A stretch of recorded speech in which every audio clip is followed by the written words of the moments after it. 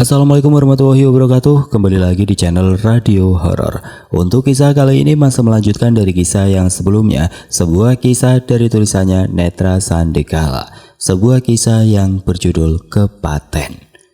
Dan sebelum kita lanjut ke ceritanya, tekan dulu tombol like video ini dan jangan lupa tekan juga tombol subscribe channel ini. Nyalakan juga lonceng notifikasinya agar tidak ketinggalan cerita-cerita lainnya dari channel ini.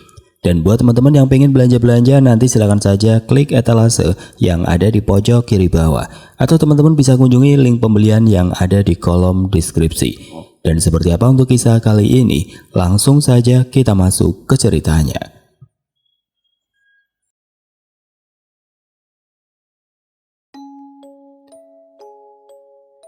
Saat sudah sampai di rumah Pak Masin, banyak pasang mata yang melihat kami.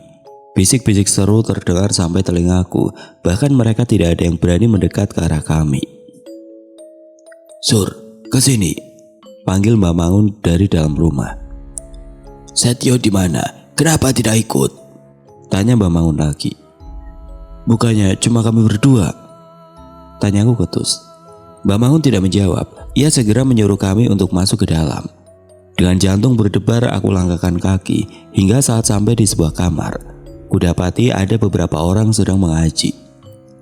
Awalnya kupikir mereka sedang mendoakan si mayit, namun ternyata setelah aku lebih mendekat, tampak perempuan di tengah kerumunan sedang meronta hebat. Matanya melotot, rambutnya awut-awutan, dan air liur yang terus menetes. "Kalau saja kamu jujur, semua ini pasti tidak akan terjadi," ucap Mbak Mangun, sedikit lebih keras dari biasanya. "Apa maksudnya?" tanya Mas Suroso tidak terima. "Kamu bilang Kromo Leo berhenti di rumahmu. Ternyata ke tempat ini kan?" tanya Mbak Mangun. Aku masih diam tidak menjawab. Mataku terus terpancang pada sosok perempuan yang masih meronta di depanku. "Sekarang tanggung jawab atau banyak warga desa yang bakal menjadi korban," ucap Mbak Mangun lancar. Aku memalingkan kepala, menatap ke arah wajah tua itu dengan pandangan kesumat. Bertanggung jawab? Kenapa aku yang harus bertanggung jawab? Apa kesalahanku? "Kenapa kami yang harus bertanggung jawab?" tanya Mas Suroso. Tanggung jawab kalian," gerung Pak Marsin. Ia tampak begitu kacau. Dalam sekejap ia sudah kehilangan dua anaknya, belum lagi kondisi istrinya. "Apa yang harus aku tanggung?" jeritku. Semua orang yang ada di dalam rumah diam menatapku. Kini yang terdengar hanya suara geraman dari istri Pak Marsin. "Kalian yang membuat istriku dan anakku jadi seperti ini. Aku punya salah apa?" tanya Pak Marsin histeris. Aku menatap Mas Suroso. Ada yang aneh di sini. Bagaimana bisa mereka menuduh kami sebagai orang yang melakukan ini semua? "Sudahlah Sur, Wit. Kalau memang kalian bukan pelakunya, lakukan saja apa yang diperintahkan Mbak Mangun. Hitung-hitung untuk keselamatan warga desa," ucap salah seorang pemuda. Aku menghembuskan nafas kasar. Bagaimana mungkin mereka bisa berpikir seperti itu? Satu hal yang aku tahu, Mbah Mangun sudah menyebarkan sesuatu yang tidak benar. "Lakukan perintahku, atau malah kalian yang bakal diajar warga," ucap Mbah Mangun lirih, sehingga hanya aku dan Mas Suroso yang mendengar. "Mbah, persiapan memandikan jenazah sudah siap," ucap salah seorang warga. "Ayo," pinta Mbah Mangun langsung beranjak pergi. Aku benar-benar tidak habis pikir dengan orang-orang ini. Begitu mudahnya mereka terperdaya dengan ucapan orang tua gila itu. "Sudah, ikut saja. Kalau ada kesempatan, kita bunuh orang tua itu," ucap Mas Suroso lirih. Aku mengangguk menyetujui. Orang tua ini sungguh licik. Sekarang kami sudah benar-benar masuk ke dalam perangkapnya. Setibanya di samping rumah sudah ada bilik kecil dengan kain yang menutupi sekelilingnya. Di dalam situlah kedua jenazah bocah itu akan dimandikan. Apakah aku benar-benar mampu melakukan ini semua? Mas Suroso menyibak kain. Mataku langsung tertuju pada dua meja panjang dengan mayit yang masih berlumuran darah. Kenapa di bilik ini hanya ada kami bertiga? Kemana yang lain? Air mataku menetes tatkala melihat tubuh kecil mereka. Dosa apa yang sudah mereka perbuat sampai semesta harus mengambil nyawa bocah kecil itu dengan tragis? Terjadi pergerakan di ujung bilik. Kudapati Mbak Mangun sedang jongkok mempersiapkan sesuatu. Awalnya tidak aku lihat jelas, namun ketika dia berbalik, laki-laki itu sedang membawa angklung kecil. Kemudian ia bersimpuh di bawah meja jenazah, mulutnya kemat-kamit, menggumamkan sesuatu yang tidak bisa didengar. Setelah itu ia bakar kemenyan, diambilnya tungku itu dan diputarkan di atas kedua mayit di depannya. Ah, lenguku kebingungan. Aku pernah mempraktekkan memandikan jenazah, tapi belum pernah aku lihat yang seperti ini. Sungguh aku ingin menghentikan orang tua sialan itu. Ini sesat. Kemari, perintah Mbak Mangun tanpa menoleh. Mas Suroso maju selangkah, menarik tanganku agar mengikutinya. Ambilkan air bunga dan kendi kecil itu. Taruh kendi itu di bawah sini, perintah Mbak Mangun. Tanpa mengucapkan apapun, Mas Suroso berjalan ke samping dan melakukan yang diperintahkan oleh Mbak Mangun. Kemudian Mbak Mangun mengguyurkan air ke jenazah, membuat darah mengalir ke bawah dan tertampung sebagian di kendi itu. Sekitar 15 menit Mbah Mangun selesai. Tanpa diduga ia membungkuk ke arah dua bocah itu sambil berbisik. Terima kasih anak, ucapnya parau. Aku heran sekali mendengar ucapan itu. Apa maksudnya? Terima kasih untuk apa?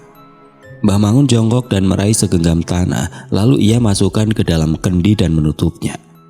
Bawa pulang, nanti malam kita lakukan ritual selanjutnya, ucapnya berlalu pergi. Tampak sekali tubuh Mas Suroso bergetar hebat saat memegangi kendi itu. Wajahnya merah padam menahan emosi. Aku dan Mas Suroso kembali ke rumah dalam kebisuan. Tidak ada satu patah kata pun yang keluar. Kami disibukkan dengan pikiran masing-masing. Sesampainya di rumah, Bapak dan Setio sudah menunggu tanpa basa-basi. Mereka memintaku untuk segera menceritakan saat berada di rumah Pak Marsin. Serius Mbak? Ucap Setio tidak percaya sambil melirik ke arah kendi. Mau nyobain? Aku buka sekarang kendinya, kataku jengkel. Setio nyengir merasa berdosa. Biar saja, memangnya dia pikir semua kejadian ini karena siapa? Andai waktu itu dia tidak bertindak bodoh dengan ikut ritual itu, mungkin kami masih bisa santai sekarang. Kalau kita bisa melewati ini semua, aku mau pernikahan kita segera dilakukan. Pindah dari desa ini, aku sudah muak, ucap Mas Suroso. Aku berpaling ke arahnya. Sosok yang selalu konyol dan penuh canda tawa ini sudah berubah menjadi sosok lain. Aku tersenyum kecut. Kenapa baru sekarang? Kenapa setelah semua sudah kacau, baru kamu meminta itu, Mas? Tanyaku tidak mengerti. Maaf, ucap Mas Suroso. Aku mengagumimu karena aku pikir kamu orang yang berpikir panjang, bertanggung jawab, dan bisa membimbingku. Tapi sekarang, saat semua sudah seperti ini, kamu pikir semua akan sama seperti dahulu.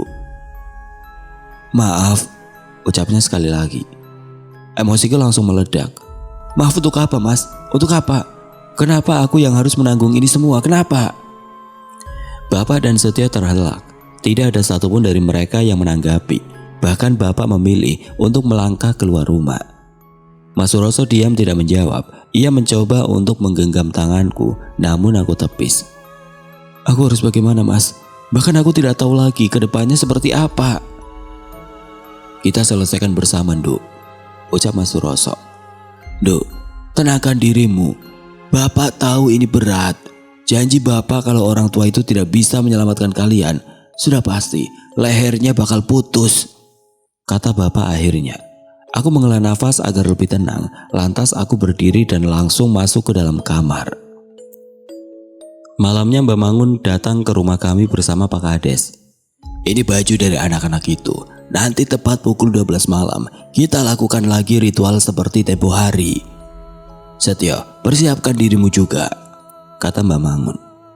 Jam demi jam berlalu. Jangan ditanya rasanya. Bukan hanya debaran jantungku saja yang berdetak kuat, tapi ada perasaan dongkol, muak, dan jengkel merasuk menjadi satu. Semua yang ada di dalam rumah hanya sesekali bicara untuk menanyakan kesiapannya. Hingga pada pukul 11 malam terdengar suara ketukan pintu depan.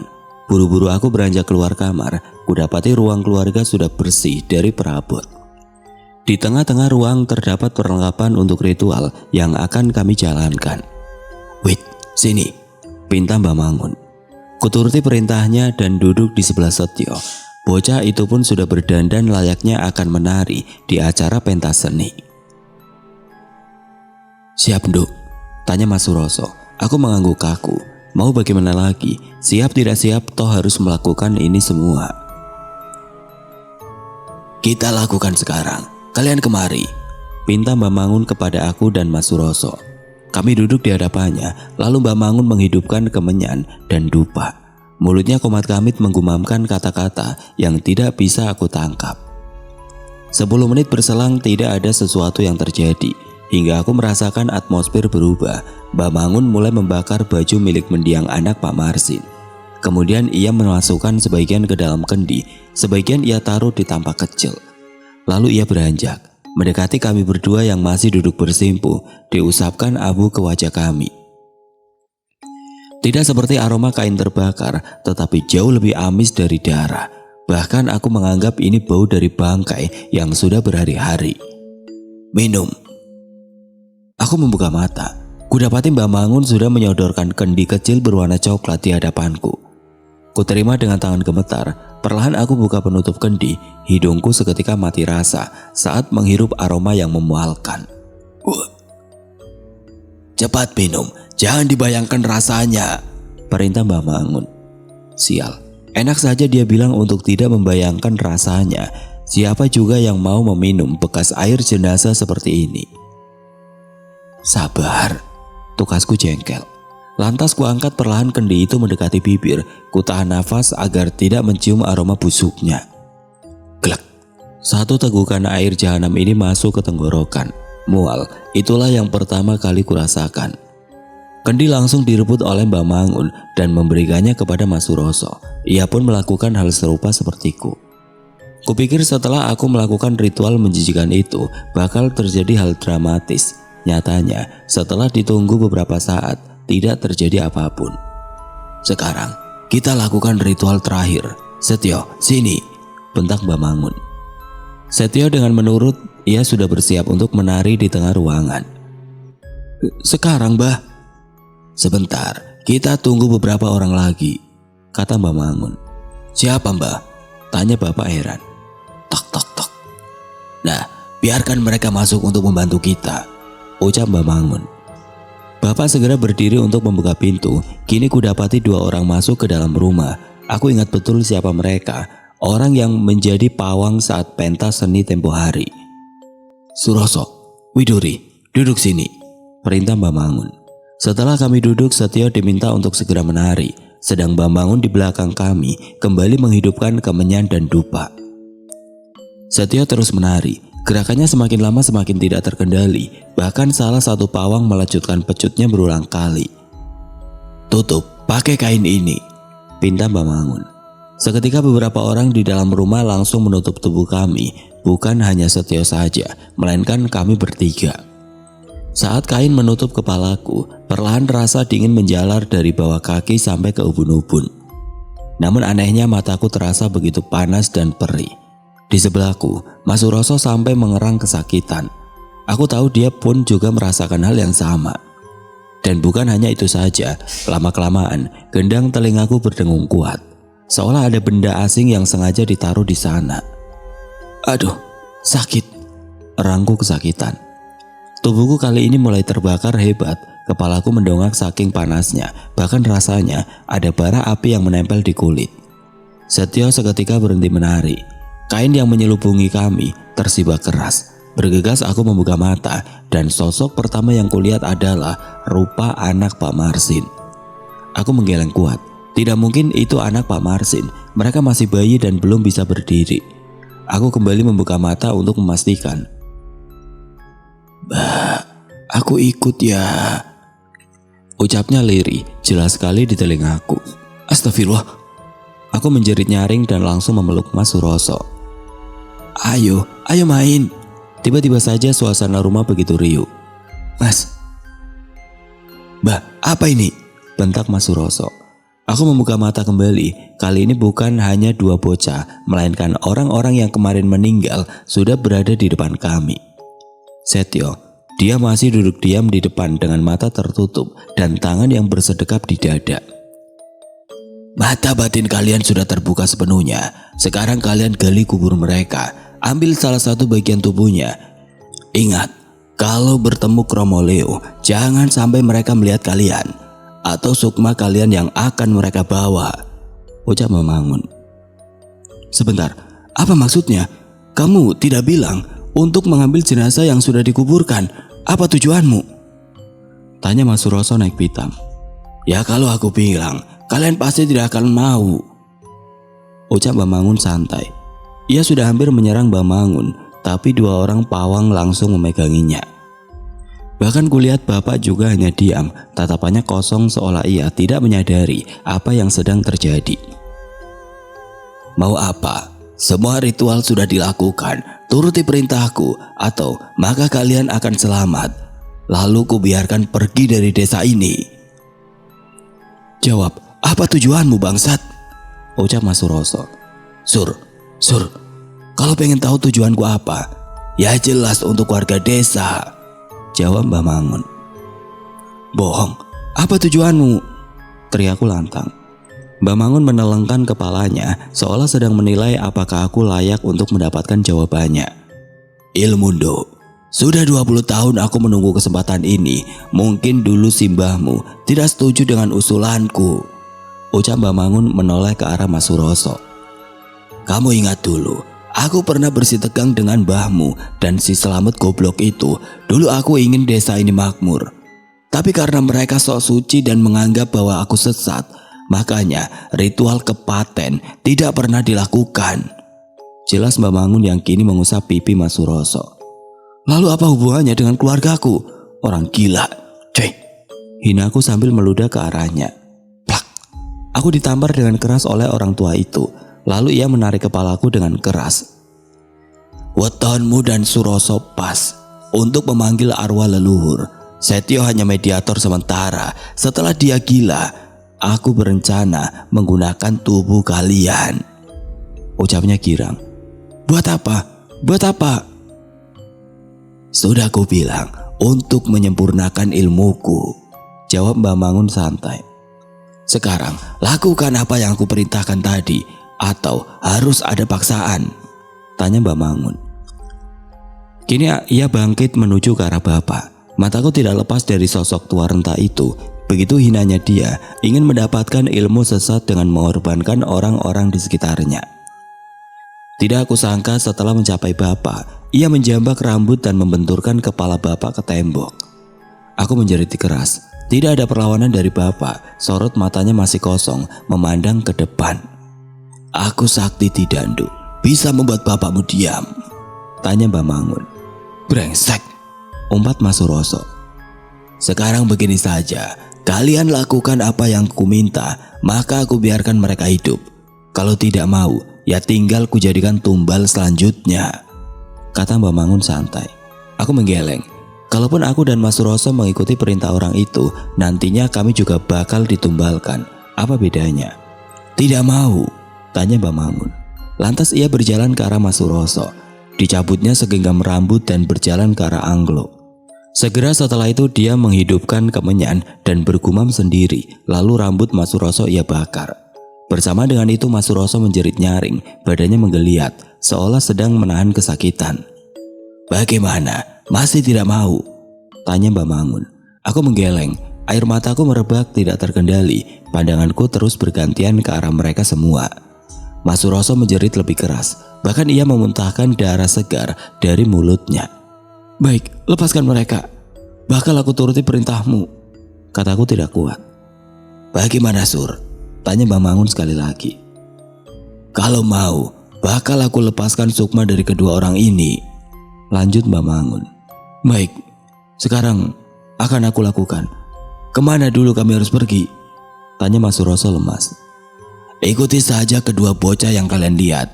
Segera ambil salah satu jenazah yang ditunjuk. Terakhir, kalau sudah terdengar lolongan anjing berarti Kromo Leo sudah hadir. Lalu siram air di kendi itu ke arah keranda yang mereka bawa. Jawab Mbah Mangun. Tidak menjawab Mbah Mangun. Mas Suroso hanya mengangguk. Segera Mas Suroso menyambar kendi dan menarik tanganku keluar rumah. Ia terus membawaku ke arah ladang. Mas, ucapku sambil melihat ke sekitar. Kromo Leo itu hanya dedemit pertanda kematian. Dia sedang menjebak kita agar mau mengikuti perintahnya.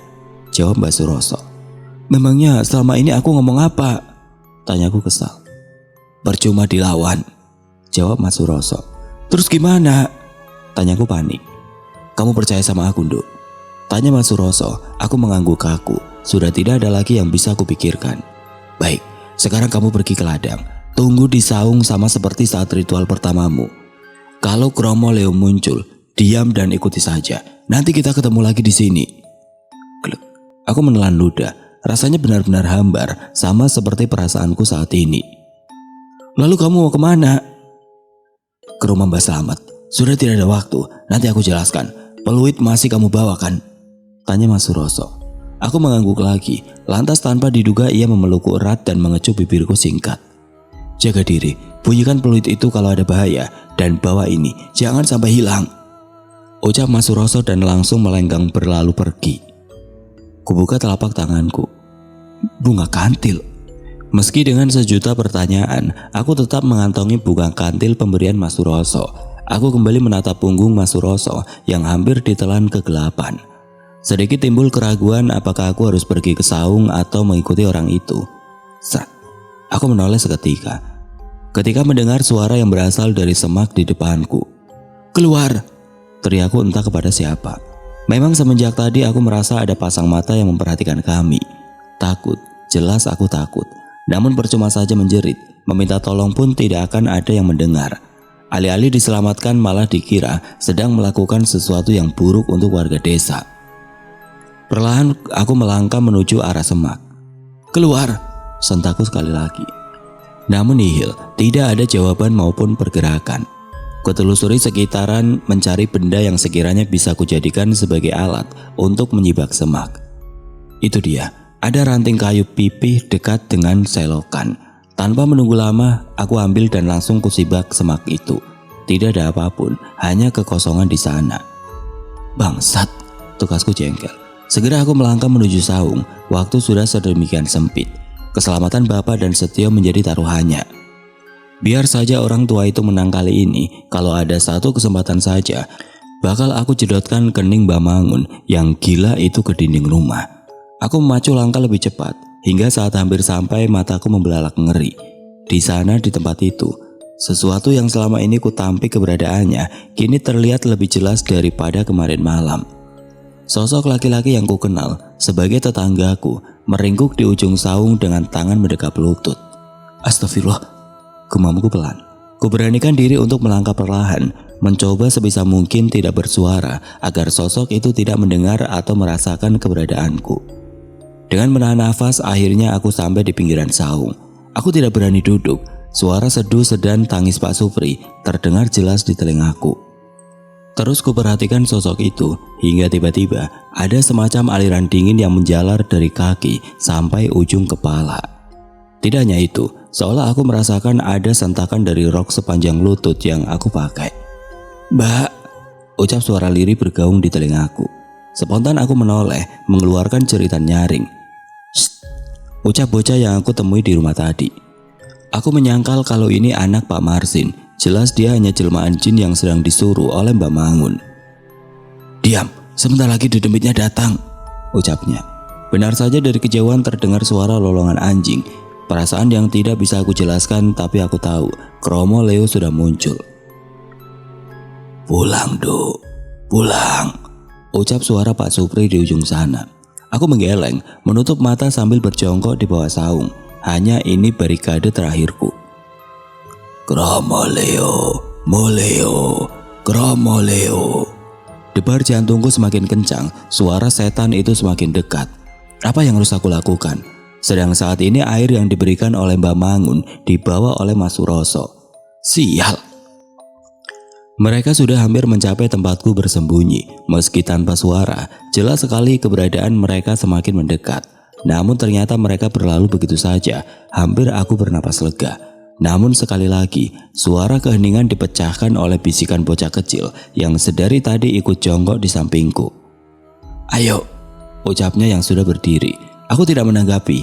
Inilah yang diminta oleh Mbak Mangun, menggali kuburan salah satu korban keganasannya.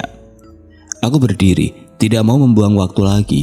Pastilah Kromo Leo sekarang berada di desa. Bocah itu sudah berjalan jauh di depanku. Setan.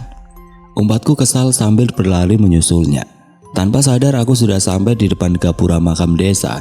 Tempat ini jauh lebih sepi dan mencekam daripada yang aku perkirakan. Aku menekuk ludah saat mendapati lampu bohlam berwarna kuning menggelayut berkedip terkena angin. Belum lagi aroma kembang dan tanah kuburan yang menyeruak pekat di hidungku. Loh Gusti, apakah benar aku harus melakukan ini semua? Bodoh sekali diriku ini. Kenapa pula harus mengikuti keinginan Bamangun? Sungguh, bakal kubalas semua perlakuannya. Kutolehkan kepala mencari sosok kerdil tadi. Kemudian jauh di sana, di bawah pohon kamboja, hampir di tengah kuburan, kulihat bayangan bocah sedang berdiri, mengacungkan jari telunjuknya. Bergegas aku melangkah. Sudah kepalang tanggung. Tepat saat sampai di sana, sebuah nisan tidak bertuliskan terpampang.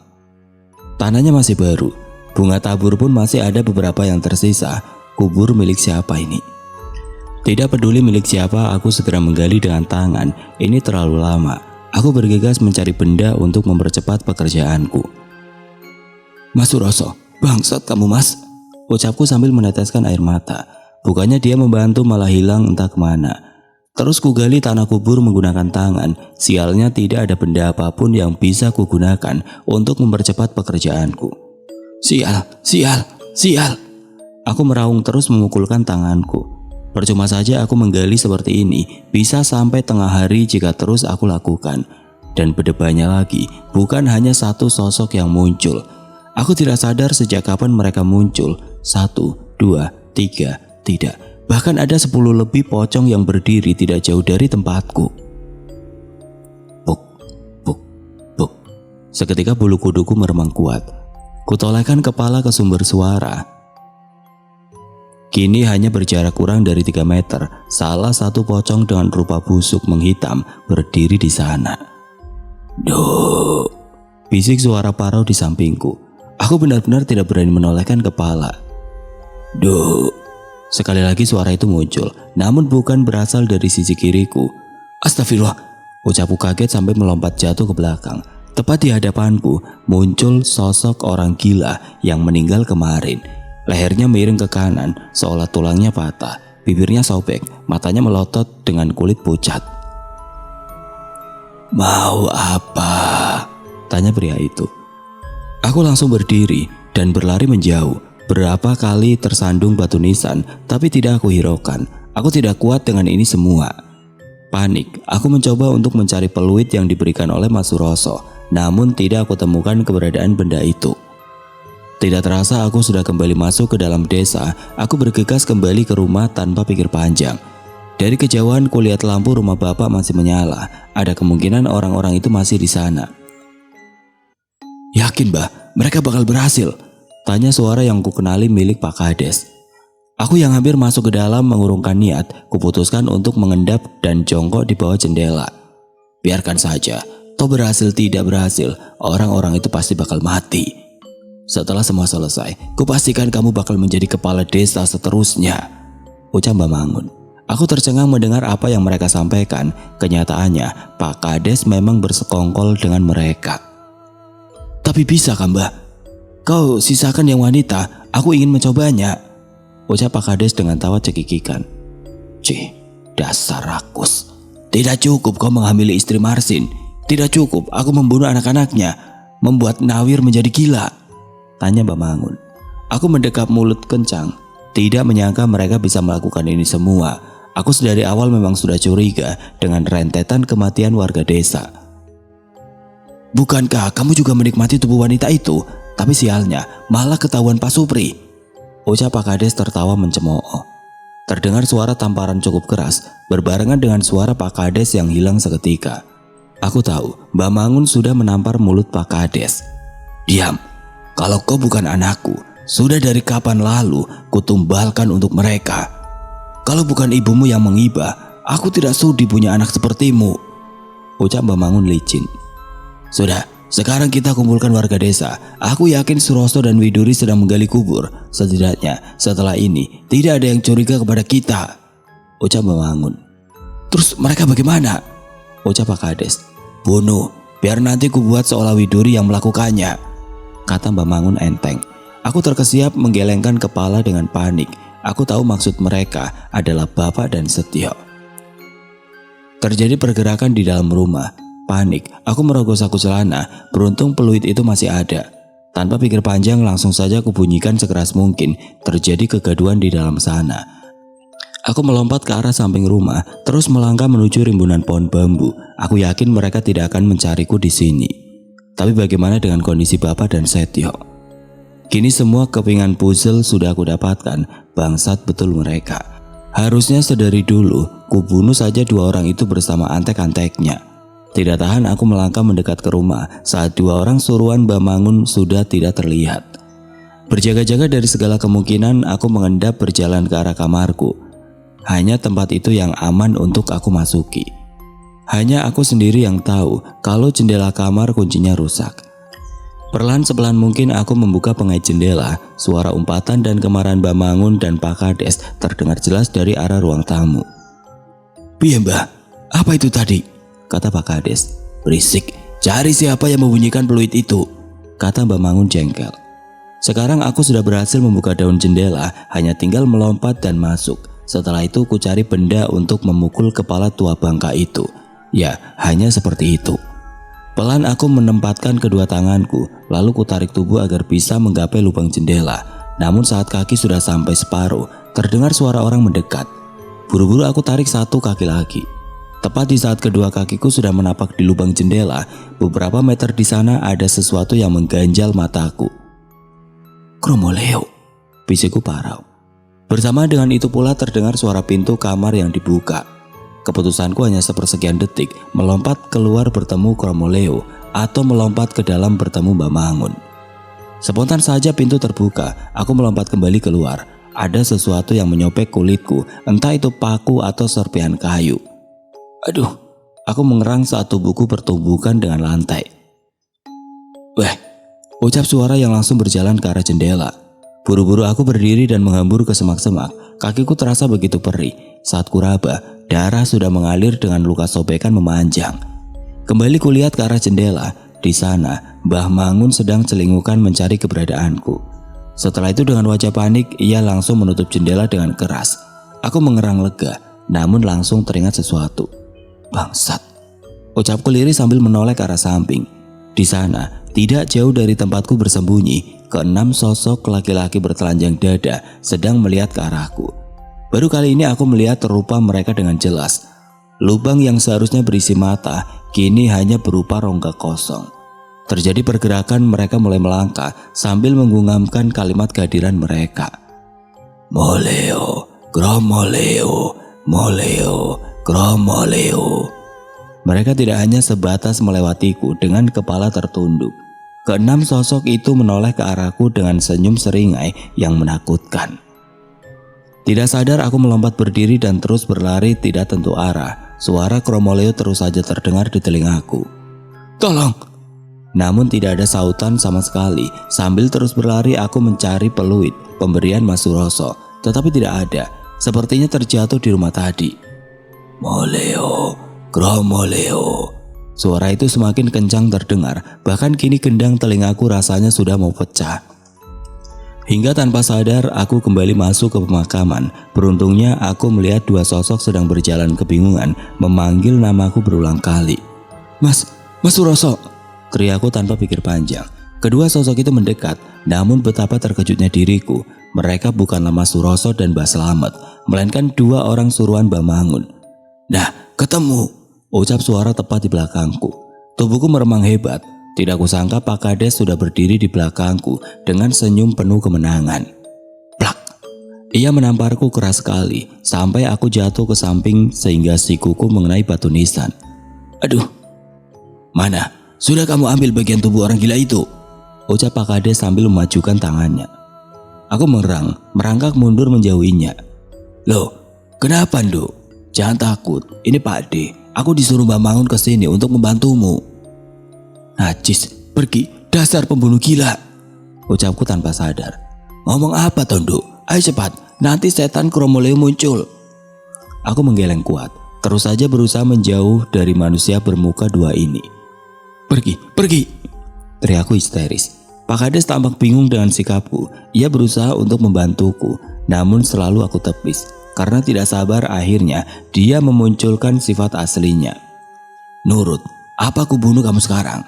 Ucapnya berbisik mengerikan. Pak Kades menarikku paksa. Bukan hanya itu saja, ia mengambil sapu tangan dan menjejalkan ke mulutku. Aku pasrah. Air mata terus mengalir tidak terkendali. Jika rencana mereka berhasil, mungkin malam ini adalah malam terakhirku, atau setidaknya berakhir di rumah sakit jiwa. Apa yang kamu ketahui, Dok? Tanya Pak Kades sambil memimpin berjalan. Aku diam tidak menanggapi. Ia berhenti dan menatapku lekat-lekat. Kamu yang membunyikan peluit itu? Tanya Pak Kades. Sekali lagi tidak aku jawab. Pikiranku penuh dengan sosok Mas Suroso. Di manakah dia? Apakah dia meninggalkan aku? Ya, pasti kamu yang sudah membunyikan peluit itu. Wah, tidak bisa. Harus diberi pelajaran, ucap Pak Kades. Aku meronta hebat saat tangan kasar laki-laki itu membelai pipiku. Lepas bangsat, umbatku jengkel. Benar, dia sudah tahu ternyata. Bagaimana kalau kita bersenang-senang dulu? Toh di sini tidak ada orang. Teriaklah, tidak ada yang bisa menolongmu. Sudah jauh-jauh hari aku berikan himbauan untuk tidak keluar rumah selepas malam. Imbunya saat aku mencoba memanggil nama Mas Suroso. Cukup, aku akan turuti kemauanmu. Biarkan aku sendiri yang memuaskanmu. Tapi tidak di sini, di gubuk sana, dan suruh mereka pergi, ucapku lantang. Wah, jangan begitu. Mereka juga mau menikmatimu, Dok, jawab Pak Kades. Aku menggeleng. Kalau mau silakan, kalau tidak ya mending aku mati.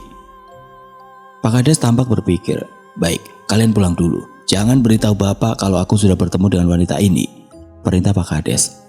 Awalnya mereka berdua menolak, namun dengan gertakan dan mengancam kalau keluarga mereka akan dijadikan tumbal untuk ilmu bapaknya, terpaksa mereka menuruti. Ayo, jangan berani-berani kabur atau kubuat sobekan di bibirmu yang cantik itu, ucap Pak Kades mendorongku untuk berjalan di depannya. Saat sudah sampai di saung, aku kehabisan akal. Pak Kades menyuruhku untuk duduk. Ia mulai menyentuh tubuhku hingga saat aku meraba kantong celana, kurasakan ada benda padat bertekstur. Perlahan ku tarik bunga kantil yang masih runcing itu. Pak Kades masih sibuk menggerayangi tubuhku. Dengan jantung berdebar aku menunggu hingga saat kepalanya hampir setara denganku. Sekuat tenaga, kutusukkan ujung bunga kantil ke matanya. Meskipun tidak tajam, ia tetap mengerang kesakitan. Kutambah saja dengan mengayunkan dengkulku ke arah selangkangannya. Suaranya makin terdengar nyaring. Kudorong tubuhnya dan mundur meraba sekitaran. Hingga di ujung saung, aku melihat benda tidak asing. Buru-buru aku meraih kendi itu dan langsung saja kuhantamkan ke tempurung kepalanya. Seketika bau anyir merebak hebat.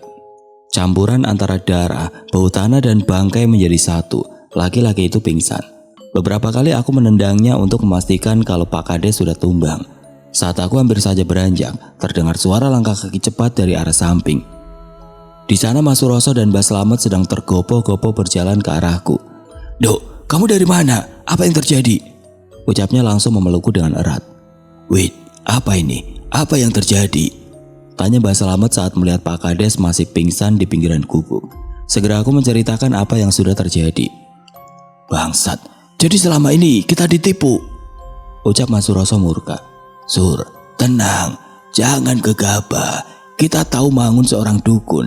Jangan sampai kamu terkena tulahnya, kata Mbak Slamet. Sebenarnya apa yang terjadi, Mbah? Kenapa orang-orang itu begitu jahat? Tanyaku penasaran. Dok, maaf, bukan aku tidak mau membantu. Tapi kalau Mangun sampai tahu aku ikut campur, pasti dia bakal nekat. Aku tahu dia menimba ilmu hitam, bahkan Kromoleo. Dia sendiri yang memanggilnya, jelas Mbak Slamet. Jadi memang Kromoleo itu untuk ilmu hitam, kataku tidak percaya. Benar dan juga salah. Kromoleo memang dedemit yang menunjukkan bakal ada orang yang meninggal, tapi bisa saja untuk dimanfaatkan untuk sesuatu yang jauh lebih buruk, ucap Mbak Slamet. Terjadi pergerakan di samping. Pak Kades mulai bangun dari pingsannya. Tanpa kami aba-aba, Mas Suroso langsung memukul belakang kepalanya, membuat orang itu terkapar kembali. Kalau mati, bagaimana, Sur? Ucap Mbak Slamet kaget. Ya, kubur, kok bingung? Tugas Mas Suroso singkat. Matamu, tugas Mbak Slamet. Jadi gimana, Mbah? Seperti yang kubilang, Duk. Kromoleo hanya dedemit biasa. tapi Mangun memanfaatkan keadaan. Bahkan kalian sudah melakukan ritual yang dia mintakan? Tanya Mbak Slamet. Aku mengangguk, masih tidak tahu arah pembicaraan Mbak Slamet. Terus apa yang harus aku lakukan? Tanyaku mendesak. Waktu semakin sempit, bisa saja Bapak dan Setio sudah mati saat ini. Kita pura-pura ritual ini selesai, biar warga desa tidak curiga. Mereka semua sudah terhasut oleh Mangun dan laki-laki ini, ucap Mbak Slamet. Terus, mana bunga kantil pemberianku? Tanya Mbak Slamet. Sudah kucolokkan ke mata Pak Kades, dia hampir melecehkanku, ucapku jengkel sambil menunjuk ke arah Pak Kades. Aduh, ya wis, kata Mbak Slamet dan langsung berjalan ke arah Pak Kades. Entah apa yang sedang dilakukannya. Beberapa kali ia bergumam dan meludah ke wajah Pak Kades. Bah, tanya Mas Suroso. Biar lupa, dikira aku tidak bisa menyirap orang, kata Mbak Slamet langsung mendahului kami. Aku terus memacu langkah mengikuti Mbak Slamet dan Mas Suroso. Kami tidak langsung pergi ke rumah, melainkan ke arah rumah Mbak Mangun. Mas, mau kemana? Tanyaku penasaran. Kita ambil benda yang bisa membuat Mangun kapok, kata Mbak Slamet tanpa menoleh. Setiba di rumah Mbak Mangun, laki-laki tua itu langsung menendang pintu. Ia menghambur masuk ke dalam, sedang aku dan Mas Suroso menunggu di depan dengan keadaan panik. Bah, cepat, panggil Mas Suroso. Mbak Slamet ngapain sih Mas? Tanyaku panik. Takut-takut ada warga yang tahu. Mas Suroso menggeleng. Ia pun tidak tahu apa yang sedang dilakukan orang tua itu. Setelah beberapa saat, barulah Mbak Slamet muncul menenteng tas kresek hitam. Ayo, ajaknya, langsung pergi melangkah. Tanpa banyak bertanya, aku bergegas mengikuti kedua laki-laki di depanku. Meski dengan berjuta pertanyaan, aku enggan memikirkan apa yang sedang terjadi di rumah Bapak. Apakah Bapak dan Setio masih hidup, atau orang-orang itu sudah membunuh mereka? Kali ini kami masuk kembali ke area pemakaman. Suasana masih sama persis. Bahkan para pocong yang tadi berdiri mengelilingiku masih setia berdiri di sana. Sudah, biarkan, mereka tidak akan mengganggumu. Yang bahaya itu kalau Kromo Leo itu muncul lagi. Apalagi makanan mereka sudah kamu rusak, Ndo, ucap Mbak Slamet. Makanan? Tanyaku kebingungan. Kendi bekas air jenazah. Kesadaranku muncul mendadak. Teringat akan instruksi Mbak Mangun untuk menyiram air itu ke keranda Kromo Leo. Terus bagaimana, Mbah? Tidak masalah, paling sekarang dia sedang menikmati tubuh Pak Kades yang jumawa itu, tukas Mas Suroso jengkel.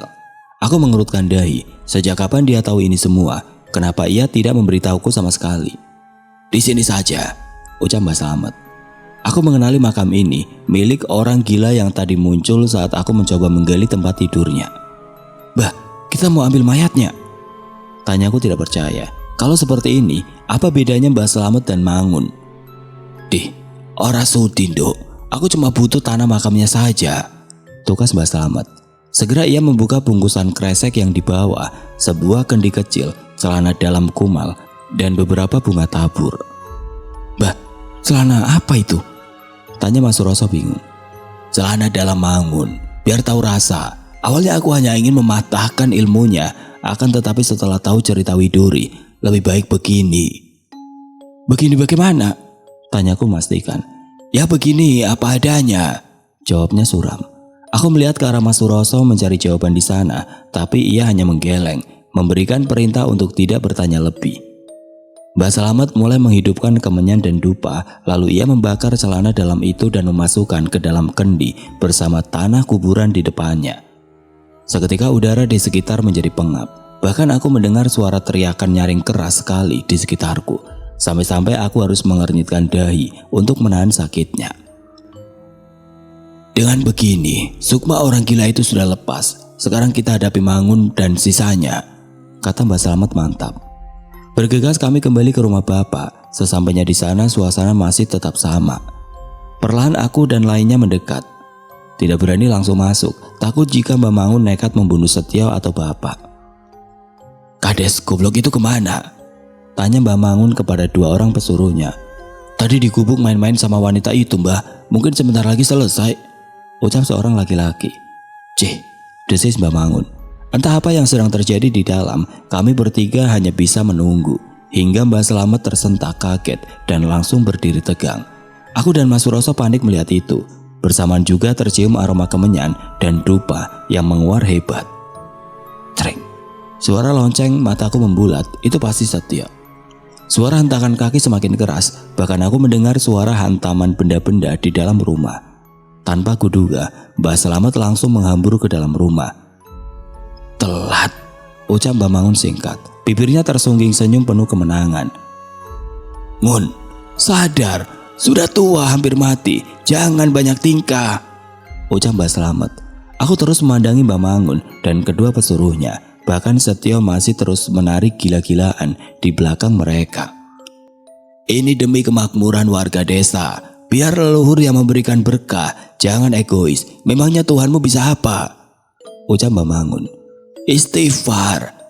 Gila kamu bersekutu dengan iblis. Bukan kemakmuran yang didapat, malah hasutan untuk berbuat nista, tukas Mbak Slamet. Apa bedanya aku dan kamu? Bukannya kamu juga yang mengirim mereka agar datang kemari? Tanya Mbak Mangun sambil menunjuk ke arah belakang kami. Spontan aku menoleh. Betapa kagetnya aku saat melihat Kromoleo sudah berdiri memanggul keranda di depan pintu rumah ini. Aku beringsut ke samping Mas Suroso. Aku tahu mereka tidak akan bisa menyentuh fisikku. Tapi bagaimana jika Mbak Mangun benar akan menumbalkan jiwa kami? Semua kembali tertegun. Kini Setio sudah berhenti menari dan langsung duduk bersila dengan tangan bersedekap. Terakhir, siapa yang bakal ikut? Setelah itu, hajatmu akan terkabul, ucap Setio dengan suara serak dan dalam. Tanpa disadari, pesuruh Mbak Mangun sudah memukul Mas Suroso dan Mbak Slamet. Mereka benar-benar licik menggunakan kesempatan saat kami lengah. Mbak Mangun segera menyambar kendi yang dibawa oleh Mbak Slamet. Dengan pongahnya, ia berjalan keluar. Jangan, pinta Mbak Slamet, tetapi orang tua itu tetap berjalan pongah sambil membuka tutup kendi. Aku hanya bisa berdiri, entah apa yang terjadi tidak sanggup bergerak, seolah kakiku mati rasa. Perlahan kulihat Kromoleo menurunkan keranda bambu yang mereka bawa. Keenam laki-laki itu mendongak, menatap Mbak Mangun dengan ekspresi ganjil mengerikan. Makanan kalian, seperti janjiku, datanglah 10 tahun ke depan untuk menagih janji, ucap Mbak Mangun dan langsung menyiramkan air kendi itu ke arah keranda Kromoleo. Seketika asap tipis muncul bersamaan dengan rupa dan reaksi Mbak Mangun yang ketakutan. Begitu pula dengan kedua pesuruhnya yang langsung bangkit dan berteriak tidak karuan. Kromoleo mengangkut keranda mereka, tanpa sepatah kata pun mereka pergi meninggalkan kediaman bapak. Namun bukan itu yang membuatku merasa ngeri. Kulihat wajah Mbak Mangun sepucat mayit, ia memandang kami penuh amarah. Kan aku sudah bilang, jangan, ucap Mbak Slamet. Namun tidak mendengarkan perkataan Mbak Slamet, laki-laki tua itu hampir menyerang. Mas Suroso yang sigap langsung menghalau, melintir tangan Mbak Mangun dan mendorongnya hingga terpuruk ke lantai. Pergi, bertobatlah sebelum terlambat, masih ada waktu sebelum mereka menjemputmu, ucap Mbak Slamet. Lantas Mbak Mangun berdiri, ia meludah ke arah kami dan langsung pergi menembus kegelapan malam. Bah, apa yang terjadi? Tanyaku kebingungan. Mangun mengira kendi itu yang tadi ia berikan. Dia berniat menumbalkan kalian berdua. Sayangnya, kita tadi sudah menukar dengan yang baru, jelas Mbak Slamet. Terus? Tanyaku penasaran. Entah, Nduk. Semoga dia masih diberi waktu untuk bertobat, ucap Mbak Slamet yang langsung berjalan ke arah Setio. Ia menggumamkan sesuatu yang tidak bisa kutangkap, lalu mengusapkan telapak tangannya ke wajah Setio. Setelah Setio terpuruk ke lantai, ia segera berjalan ke arah bapak dan melakukan hal serupa. Akhirnya setelah semua ketegangan malam ini, kami bisa bernapas lega. Mbak Slamet mulai menceritakan semua yang ia ketahui, termasuk bagaimana Mbak Mangun bisa seperti itu. Jadi kalian dulu satu perguruan? Tanya bapak tidak percaya. Aku, Mangun dan simbahnya Suroso belajar ilmu gaib bersama. Sayang Mangun terobsesi dengan tahta dan kekuasaan. Dan kalian lihat sendiri, yang merasuki Setio bukan leluhur desa ini, melainkan jemaah jin yang memang berniat menghasut kita semua, jelas Mbak Slamet. Lalu apa yang akan terjadi dengan Mbak Mangun? Semoga dia bisa bertobat. Kematian itu cuma milik Tuhan, Duk, ucap Mbak Slamet seolah mengerti jalan pikiranku. Beberapa hari setelah kejadian, aku memutuskan untuk segera menikah dengan Mas Suroso. Bapak dan Setio sepakat ikut bersama kami keluar desa untuk memulai hidup baru. Mbah Slamet, dia menolak untuk ikut. Katanya ia harus menjaga desa ini. Terakhir yang kudengar, Kromo Leo bakal hadir 10 tahun ke depan untuk menagih janjinya. Mbah Mangun, ia meninggal beberapa hari setelah kejadian itu. Mirisnya, jasad laki-laki tua itu ditemukan salah seorang warga di dekat curug dengan posisi bersila, dengan kepala yang ditaruh di samping tubuhnya. Oke teman-teman, sekian untuk kisah kali ini. Terima kasih buat teman-teman yang sudah mengikuti kisah ini dari awal dan sampai berakhir. Dan buat teman-teman yang baru bergabung, jangan lupa untuk like, komen, share, serta subscribe channel ini. Dan nantikan kisah-kisah horor berikutnya tetap di channel Radio Horor. Wassalamualaikum warahmatullahi wabarakatuh.